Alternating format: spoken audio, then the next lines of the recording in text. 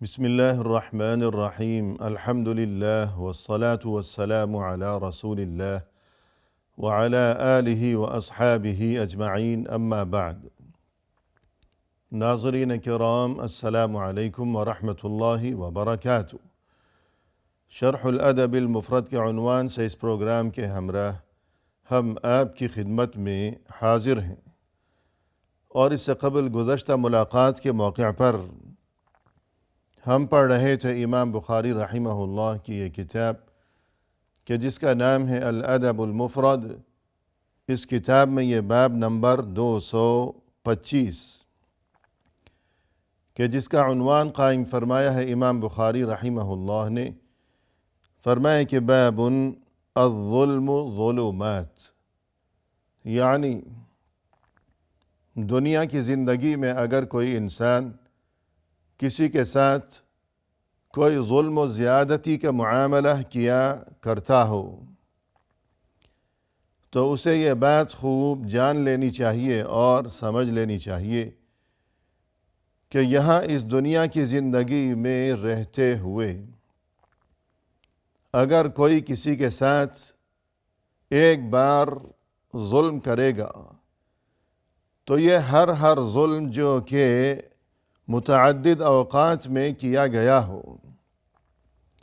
اور مختلف افراد کے ساتھ روا رکھا گیا ہو، تو ہر ایک ظلم قیامت کے دن اس ظالم انسان کے لیے ظلمات یعنی بہت سے اندھیروں میں تبدیل ہو جائے گا۔ کہ یہ جو لفظ ہے ظلم یعنی زیادتی کرنا، نا انصافی کرنا، لیکن اس کے جو لفظی معنی ہے وہ یہی ہے کہ ظلم یعنی ظلمت یعنی اندھیرا، تاریکی۔ تو دنیا میں جو کوئی ظلم کرے گا یعنی اندھیر مچائے گا، نا انصافی کرے گا، تو پھر ہر ایک ظلم کے عوض اسے قیامت کے دن بہت سی ظلمات یعنی بہت سے اندھیروں میں بھٹکنا ہوگا۔ جبکہ ناظرین کرام، جیسا کہ سبھی جانتے ہیں کہ قیامت کے دن کی جو ہولناکیاں ہوں گی اور جو تباہ کاریاں ہوں گی، اس دن انسان کو بہت زیادہ ضرورت ہوگی اس بات کو کہ کاش کسی طرح اسے کچھ نور یعنی روشنی میسر آ سکے۔ تو ایسی صورتحال میں کہ جب ہر انسان روشنی کے لیے ترس رہا ہوگا، تو ایسے میں اگر کوئی روشنی کی بجائے اندھیروں میں ٹھوکریں کھا رہا ہو تو یقیناً یہ معاملہ بہت ہی افسوسناک اور یہ کہ نازک ترین یہ صورتحال ہوگی۔ ہمارے سامنے یہ حدیث ہے کہ جس کا نمبر ہے 484۔ فرمایا کہ عن جابر رضی اللہ عنہ قال قال رسول اللہ صلی اللہ علیہ وسلم یکون فی آخر امتی مسخ وقذف وخسف ویبدأ بأہل المظالم۔ حضرت جابر رضی اللہ عنہ نے فرمایا کہ رسول اللہ صلی اللہ علیہ وسلم نے یہ ارشاد فرمایا ہے کہ میری امت کے آخری دور میں مسخ بھی ہوگا اور یہ کہ قذف بھی ہوگا اور مزید یہ کہ خسف بھی ہوگا، اور یہ تینوں چیزیں عذاب کی یہ تین مختلف شکلیں ان کی ابتدا کی جائے گی اہل مظالم سے۔ اہل مظالم یعنی وہ لوگ جو کہ دوسروں پر ظلم و ستم کیا کرتے ہوں، زیادتی اور ناانصافی کا ارتکاب کیا کرتے ہوں گے جو لوگ، ان لوگوں سے ابتدا کی جائے گی ان تین قسم کے عذابوں کی۔ پہلا عذاب فرمایا کہ مسخ، اور دوسرا ہے قذف، اور تیسرا ہے خسف۔ مسخ کے معنی یہ ہیں کہ کسی انسان کی ظاہری شکل کو بدل دینا۔ انسان کا یہ جو چہرہ ہے، یہ جو اس کا حلیہ ہے اور یہ ناک نقشہ ہے اور یہ اس کا جسم ہے، یہ بدن ہے، تو یہ جو ظاہری شکل ہے انسان کی، تو اس شکل کا بگڑ جانا، جیسا کہ گزشتہ امتوں میں سے ایک امت کے بارے میں قرآن کریم میں یہ ارشاد ہے کہ فَقُلْنَا لَهُمْ كُونُوا قِرَدَةً خَاسِئِينَ، ہم نے انہیں یوں کہا کہ اب تم بندر بن جاؤ ذلت و رسوائی کے ساتھ، یعنی اب آئندہ تمہارے لیے دونوں جہانوں میں ذلت و رسوائی ہے، اور یہ کہ اب تمہاری شکل انسان کی بجائے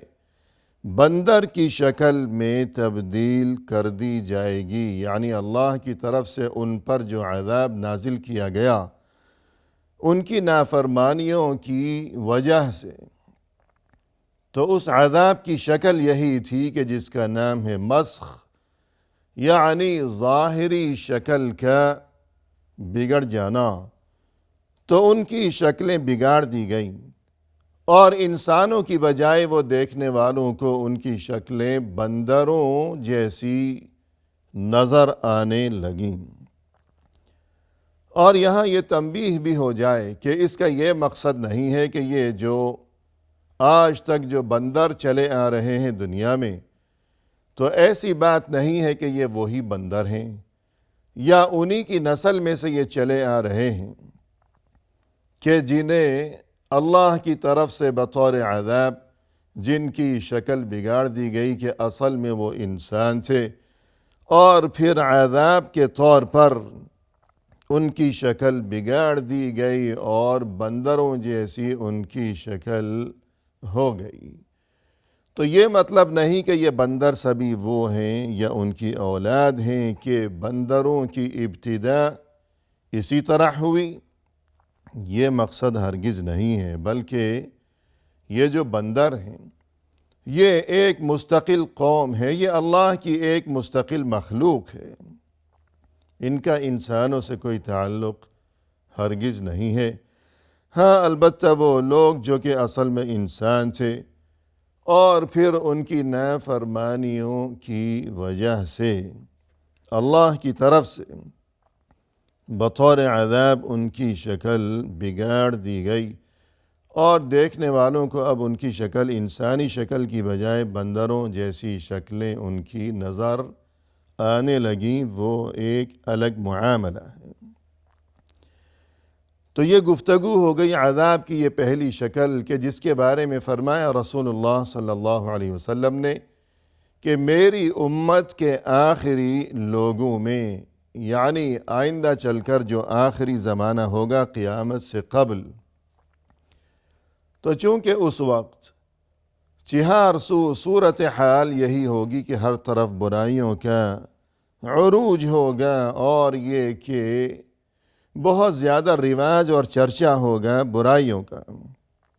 تو اللہ کی طرف سے مختلف شکلوں میں جو عذاب نازل کیا جائے گا، تو ایک شکل یہ ہو گئی مسخ، یعنی لوگوں کی شکلیں بگاڑ دی جائیں گی، اور دوسری شکل عذاب کی فرمایا کہ وَقَذْفٌ، قذف کے معنی ہے پتھر برسانا۔ تو جیسا کہ گزشتہ امتوں میں سے ایک امت کے بارے میں قرآن کریم میں ہمیں یہ واقعہ مفصل نظر آتا ہے، فَجَعَلْنَا عَالِيَهَا سَافِلَهَا وَأَمْطَرْنَا عَلَيْهِمْ حِجَارَةً مِّن سِجِّيلٍ، ہم نے اس قوم کے ساتھ یہ معاملہ کیا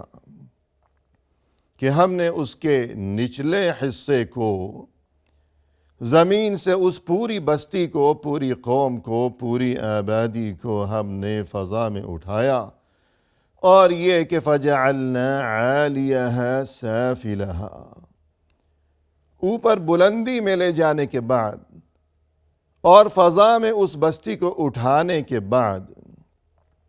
اب ہم نے ان کے ساتھ یہ سلوک کیا کہ عالیہا سافلہا،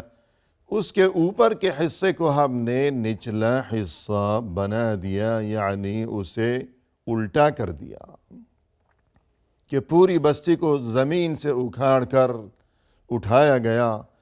اور پھر بلندی میں لے جا کر اسے الٹا کر کے زمین پر پھینک دیا گیا، اور اس کے بعد مزید یہ کہ وَأَمْطَرْنَا عَلَيْهِمْ حِجَارَةً مِّن سِجِّيلٍ،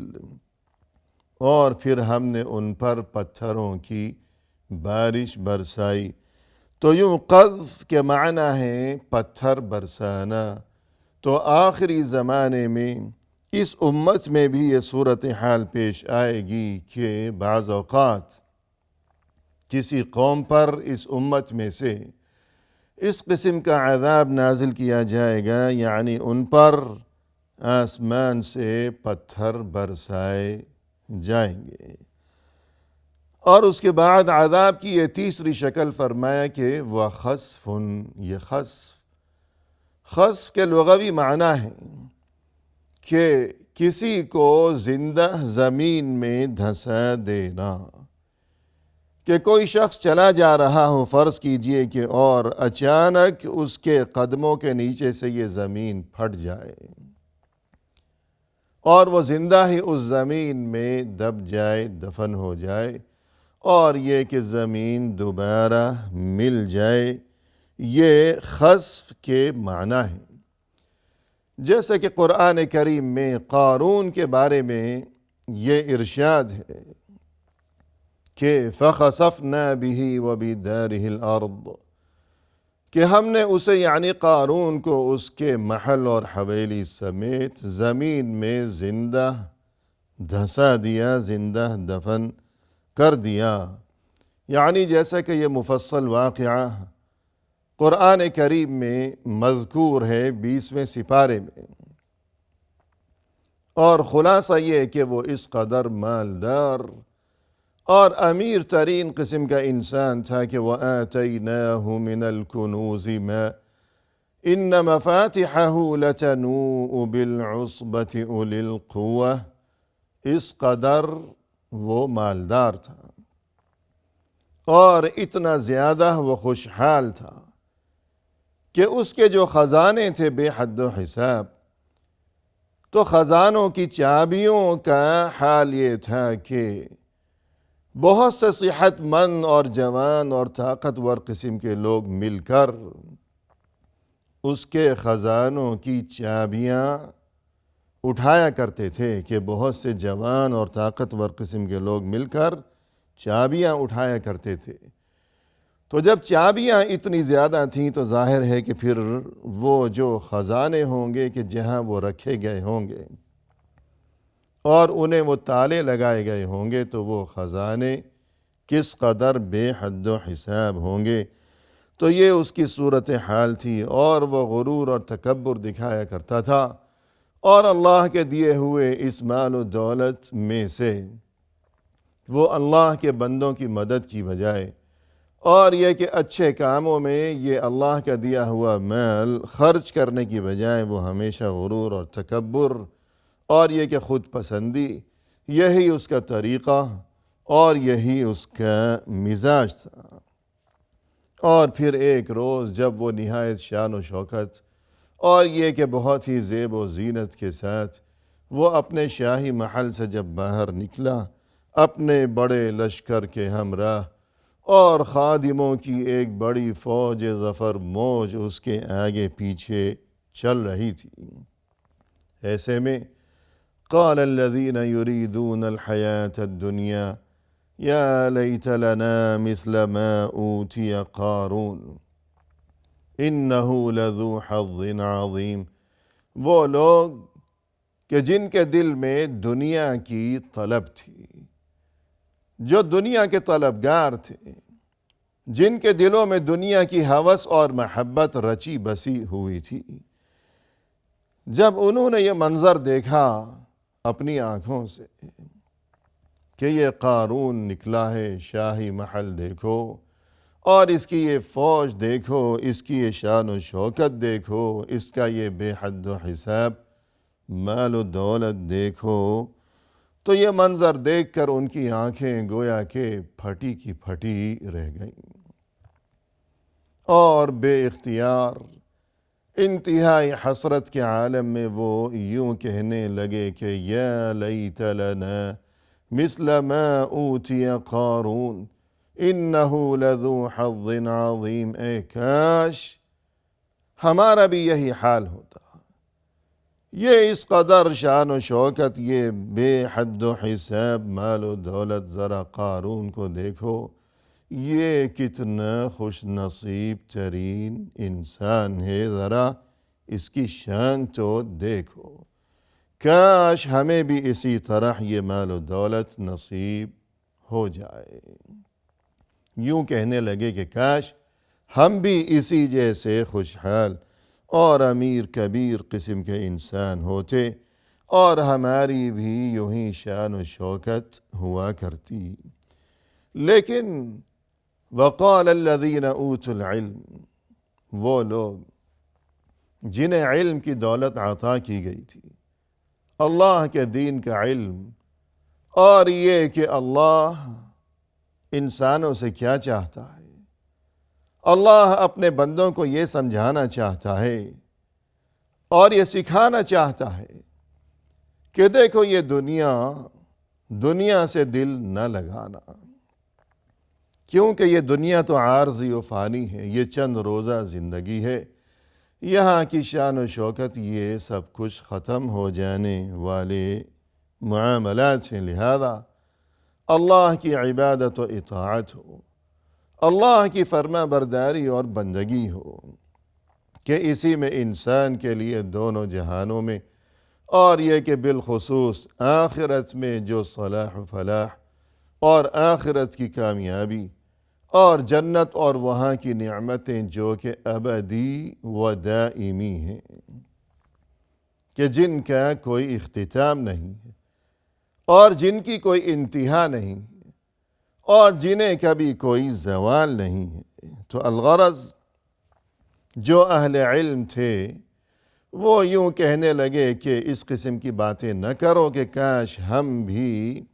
قارون جیسے ہوتے خوش نصیب اور مالدار، کیونکہ اللہ کے پاس آخرت میں جو کچھ ہے اہل ایمان کے لیے وہ بہت بہتر ہے دنیاوی جاہ و جلال اور شان و شوکت سے۔ ابھی یہ گفتگو ان میں چل ہی رہی تھی کہ فَخَسَفْنَا بِهِ وَبِدَارِهِ الْأَرْضِ، ہم نے یعنی اللہ نے اسے یعنی قارون کو اس کے محل سمیت، اس کے خزانوں سمیت، اس کے لشکر سمیت